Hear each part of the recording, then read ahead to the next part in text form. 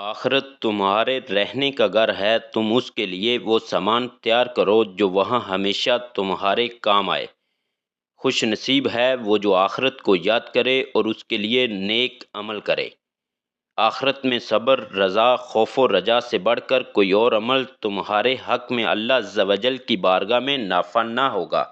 وہ امر جس کی نسبت تمہیں علم نہیں کہ وہ کب پیش آئے گا، بہتر ہے کہ تم اس امر کے وقوع پذیر ہونے سے قبل اس کے لیے تیار رہو۔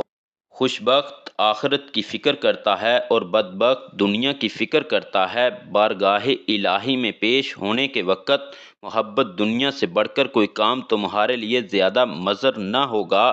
جو شخص آخرت فروخت کر کے دنیا خریدتا ہے وہ دونوں جہانوں میں خسارہ پاتا ہے۔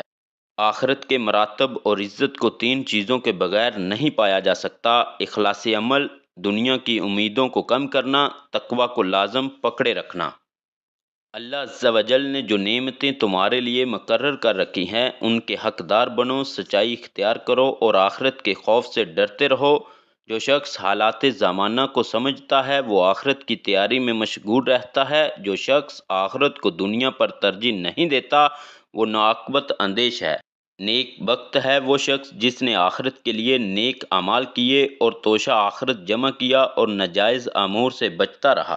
اللہ عز و جل نے ایک فرشتہ مقرر کر رکھا ہے جو روز یہ ندا دیتا ہے کہ اے اہل دنیا، تم پیدا ہو کر ایک دن مر جاؤ گے، اور جو مسکن بناتے ہو وہ ایک دن خراب ہو جائے گا، اور جو مال جمع کرتے ہو وہ ایک دن جاتا رہے گا۔ فانی دنیا کے عوض باقی آخرت کو خرید لو۔ دنیا کی زائل ہونے والی چیزوں کے عوض آخرت کی دائمی نعمتیں حاصل کرو۔ وہ شخص جس کی سواری دن اور رات ہے وہ سمجھتا ہے کہ میں ایک جگہ مقیم ہوں، مگر وہ ہر لمحہ سفر میں ہے، اور وہ یہ خیال کر رہا ہے کہ میں آرام سے اپنے گھر میں مقیم ہوں، وہ ہر لمحہ مسافت کاٹ رہا ہے۔